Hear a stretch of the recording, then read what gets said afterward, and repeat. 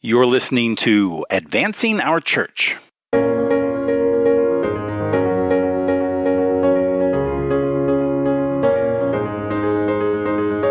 Welcome to Advancing Our Church, a Changing Our World podcast about Catholic stewardship, leadership, and advancement. I'm Jim Friend.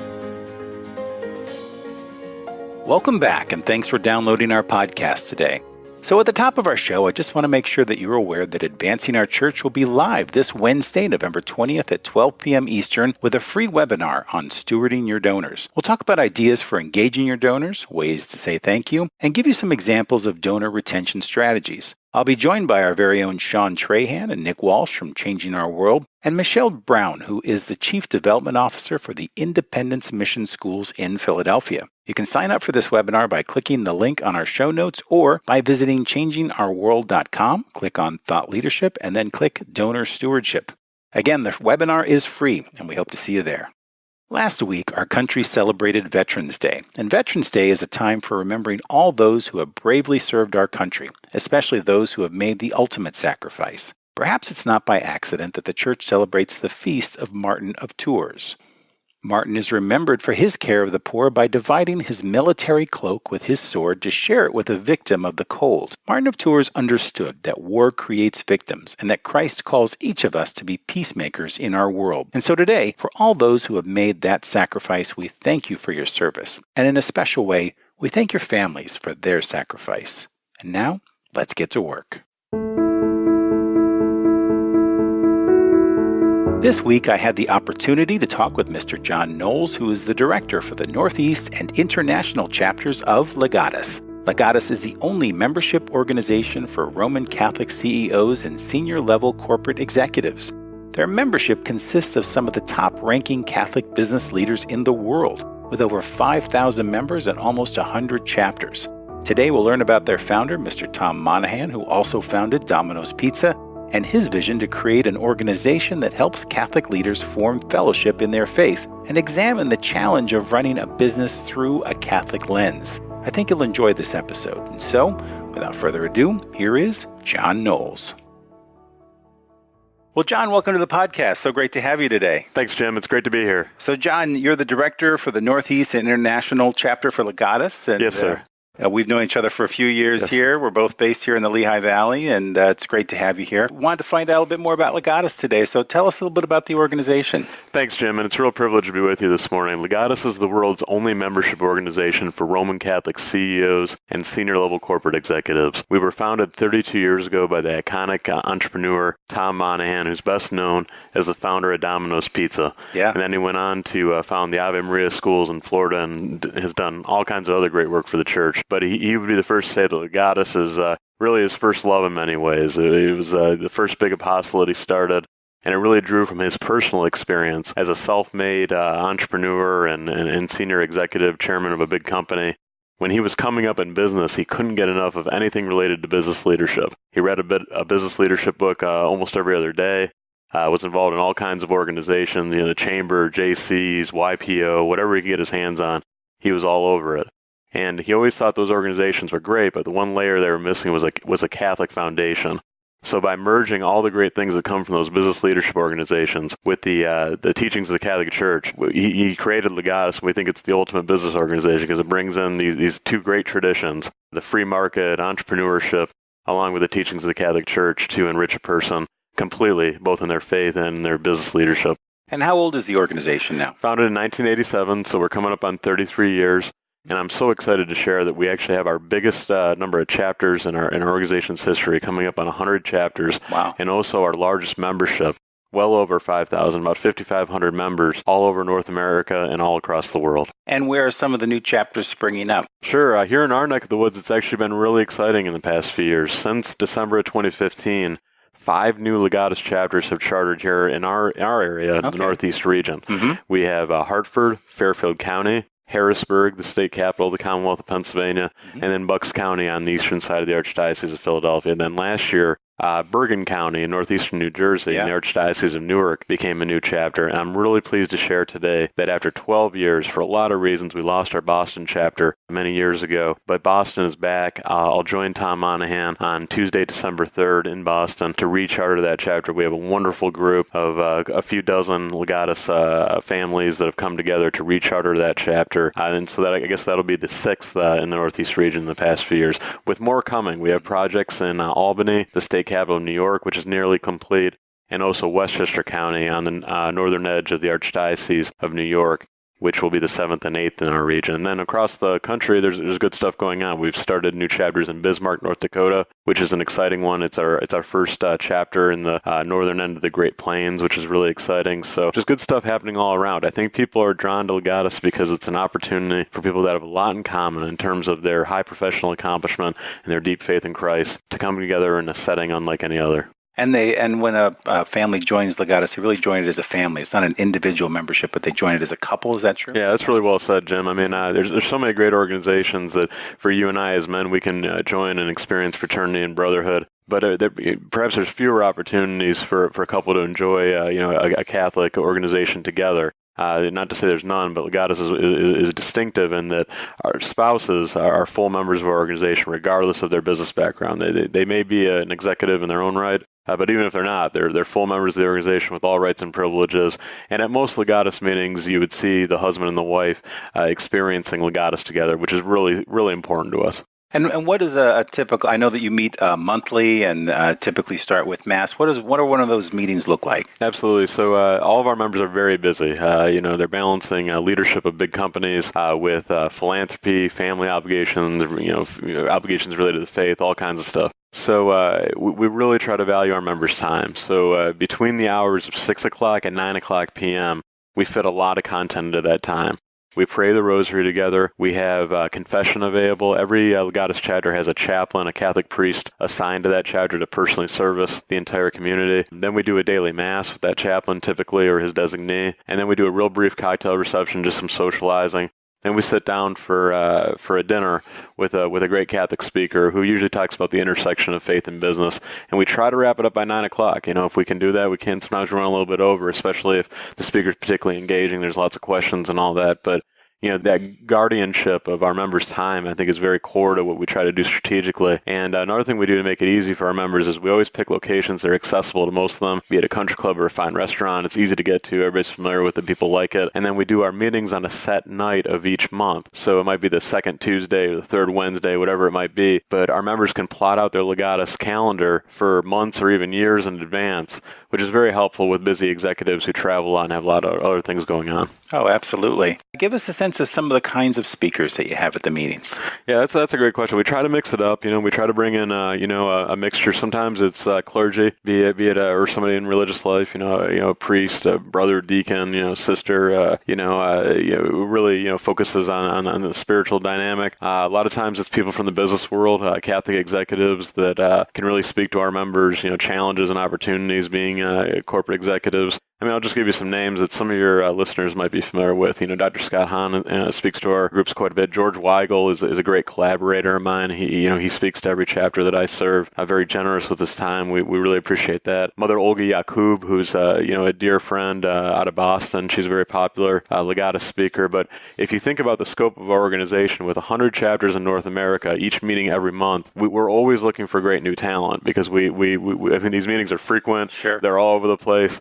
So we need to bring in kind of these well-known names and balance them with emerging names. So part of my responsibility is to identify that up-and-coming talent that we might not be aware of and recruit him or her to be a Legatus speaker in the future. So if any of your listeners have any ideas on a great Legatus chapter speaker, I'd warmly welcome that. That's fantastic. Absolutely. So I know that with Legatus, there's some different kinds of forums that the membership can get involved with. Can you tell us a little bit about those? Sure. So one of the features of the Young Presidents Organization, or YPO, that Tom Monahan considers so valuable to his rise in the business world and the friendships and the relationships he formed through that, is this product offering of a forum. YPO has forums, Legatus has forums. The basic summary on a forum is it's 8 to 12 individuals that get together in a comfortable setting, in a highly confidential setting. One of the core elements is everything stays in the room, and that's something that we really hold fast to. At the beginning of the forum meeting, the facilitator, whoever's managing that meeting, would remind the group, hey, it's all in here.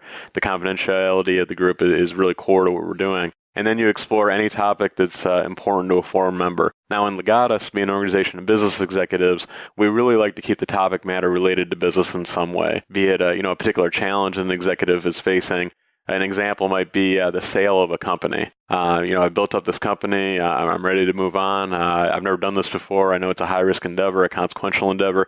Who at the table has dealt with something like that? That would be a great topic for Legatus Forum. Absolutely. Navigating the dynamics of a family company, are unique, and Legatus members have disproportionate experience with that type of thing. So, the whole proposition is around, you come into a group of your peers that you share a lot in common with, your values are similar, your worldview is similar, and these individuals, as corporate executives, have a distinctive experience with certain questions, certain challenges that the broader public does not. So I think that's a big benefit. I guess a secondary or ancillary benefit would be if you are going through a tough moment in your faith life, experiencing doubt, experiencing exhaustion. I mean, a lot of these things are very real in our community when you're trying to balance so many things. The forum is a place you can turn to for support, for reinforcement in a very unique way. Our forums are very strong, and they're growing faster than ever before.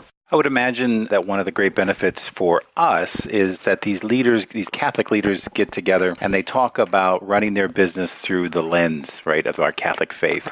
And that is something that is so needed today. I mean, I can imagine some of the conversations that happen both in the forum and just in the monthly gathering would take that kind of shape. How do I make a business decision that may affect 300 employees through a Catholic lens and through our Catholic faith and Catholic social teaching? Can you say a little bit about that? Wow, Jim, I'm so glad you brought that up, because that's really one of the things that makes Legatus so special.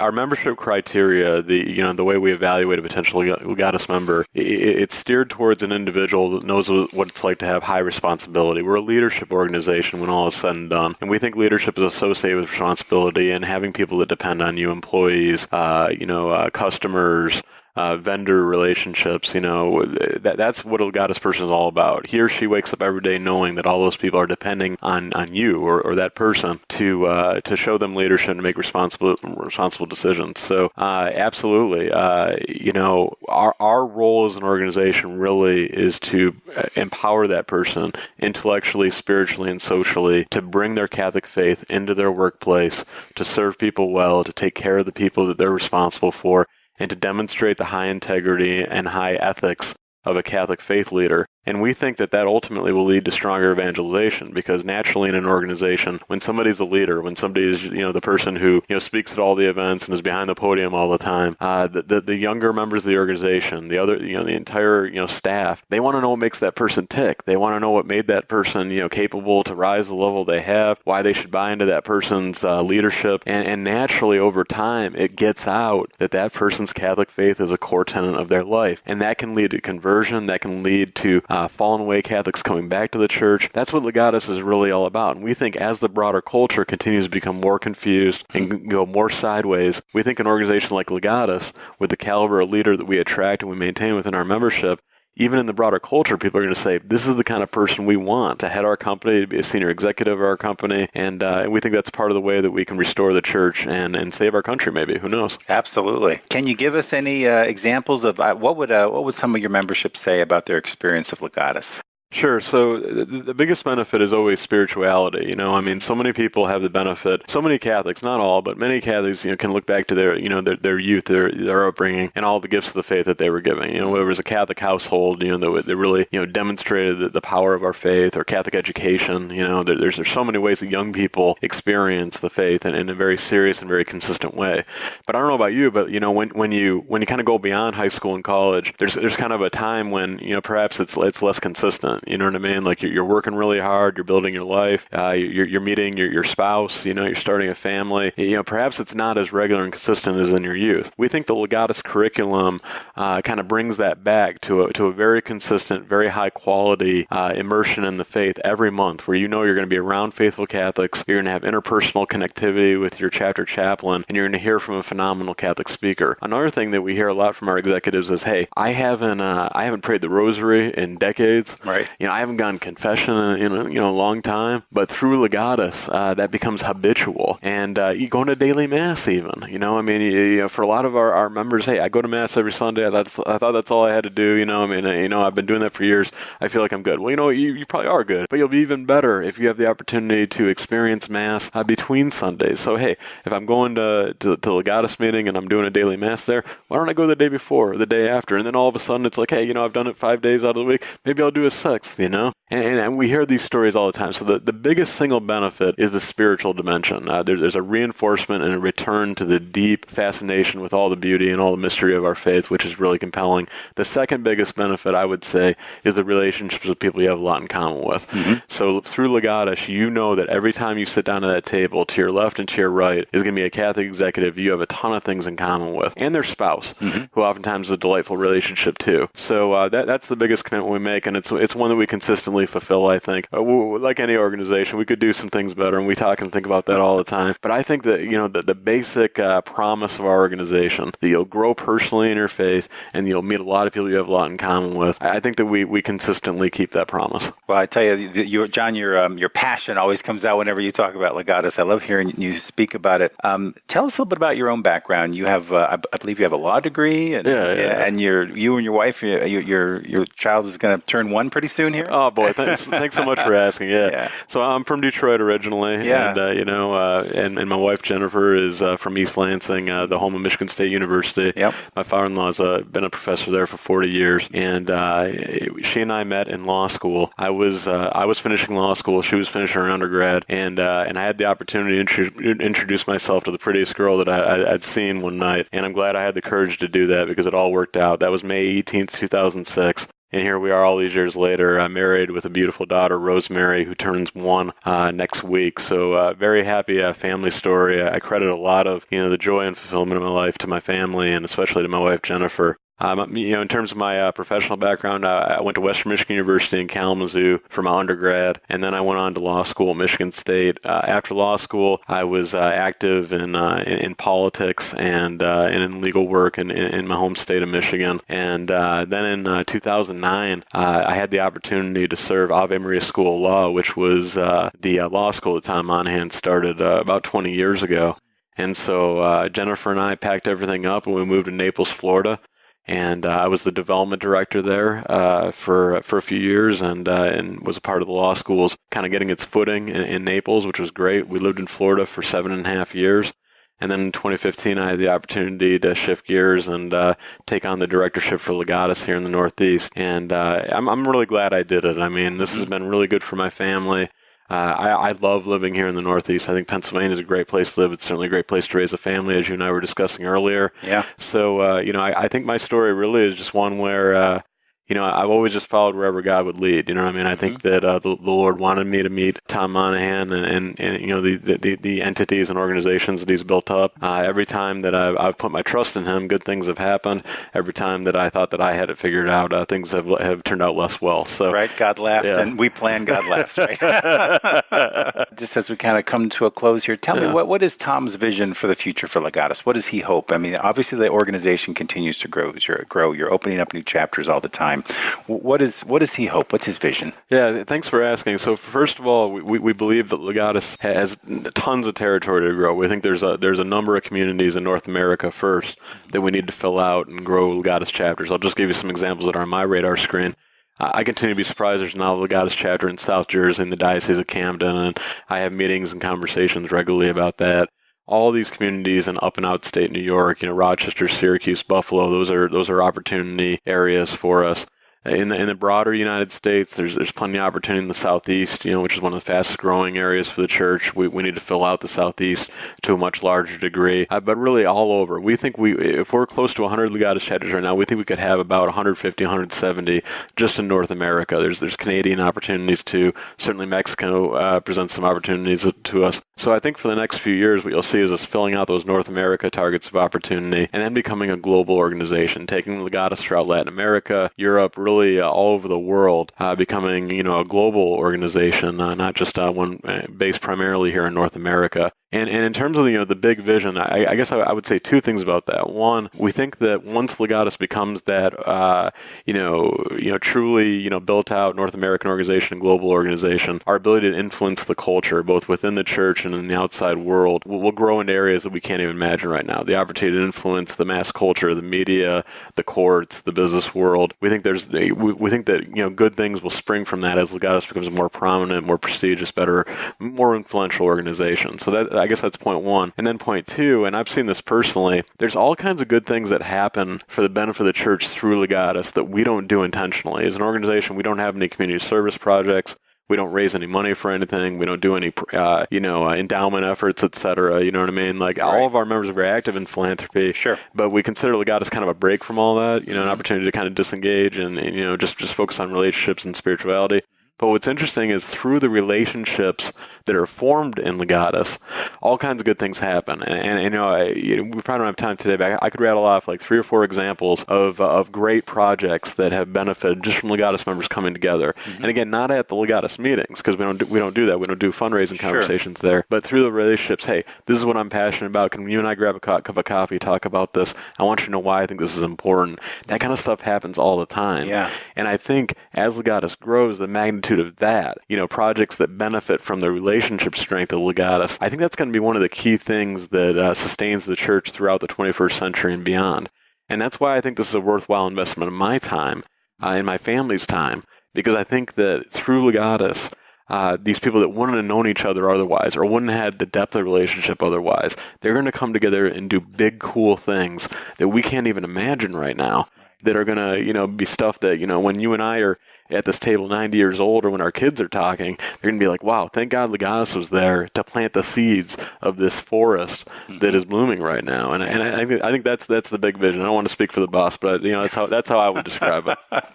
Well, you describe it very well. And I guess I've experienced that when you get together with donors who have a big vision, who have the wherewithal to make that vision a reality, great things can happen. And I'm sure that those relationships feed off of each other, right? And then those big projects come together. John, thank you so much for being on the podcast. You're welcome, Jim. It's been a privilege. Absolutely. Thanks so much. And God bless you in your mission. Thanks, Jim.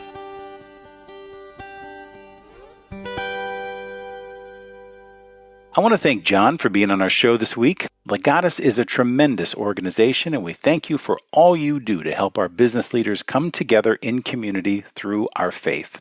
I'll post a link on our website where you can find out more information about Legatus. Thanks again, John. Well, that's our show this week. Many thanks to the Changing Our World podcast team and to Podastery Studios for their support of our show. If you'd like more information about our show, please visit us at advancingourchurch.com. Follow us on Facebook, Twitter, or Instagram. Advancing Our Church is a production of Changing Our World, a fundraising and social impact consulting firm that has been advising both nonprofits and corporations for the past 20 years. For more information, please visit us at changingourworld.com. Well, that's it for me, everybody. Have a great week. Take care, and God bless.